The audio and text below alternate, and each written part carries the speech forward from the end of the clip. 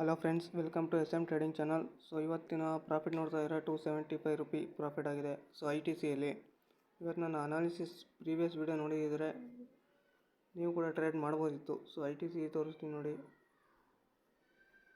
So ನಾನು ಹೇಳಿದೆ ಏನು 500 ಕೂಡ ಒಂದು ಇಂಪಾರ್ಟೆಂಟ್ ಲೆವೆಲ್ ಆಗುತ್ತೆ ಅಂತ. 500ಇಂದ 506ವರೆಗೂ ಹೋಗಿದೆ, ಬಟ್ ನಾನು ಇದೆಲ್ಲೂ ಮಾರ್ಕೆಟ್ನ ನೋಡಿರಲಿಲ್ಲ.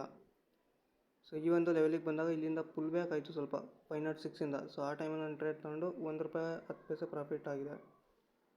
ಆ್ಯಂಡ್ ನೀವು ವೇದಾಂತ ನೋಡಿ, ವೇದಾಂತ ಕೂಡ ನಾನು ನೆನ್ನೆ ಅನಾಲಿಸಿಸ್ ಮಾಡಿದ್ದೆ.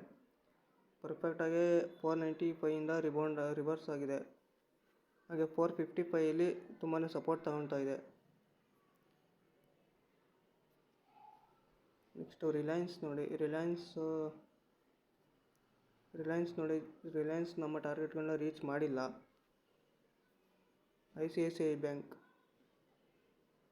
ಸೊ ICICI ಬ್ಯಾಂಕ್ ನೋಡಿ.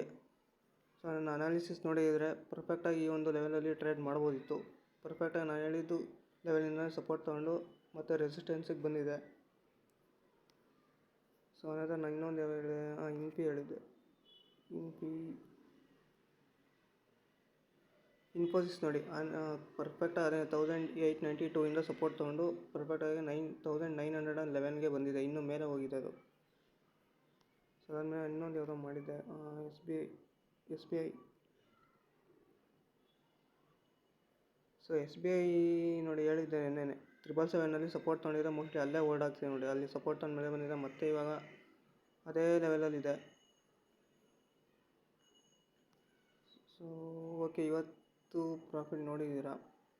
ವಿಡಿಯೋ ಇಷ್ಟ ಆದರೆ ಲೈಕ್ ಮಾಡಿ, ಶೇರ್ ಮಾಡಿ.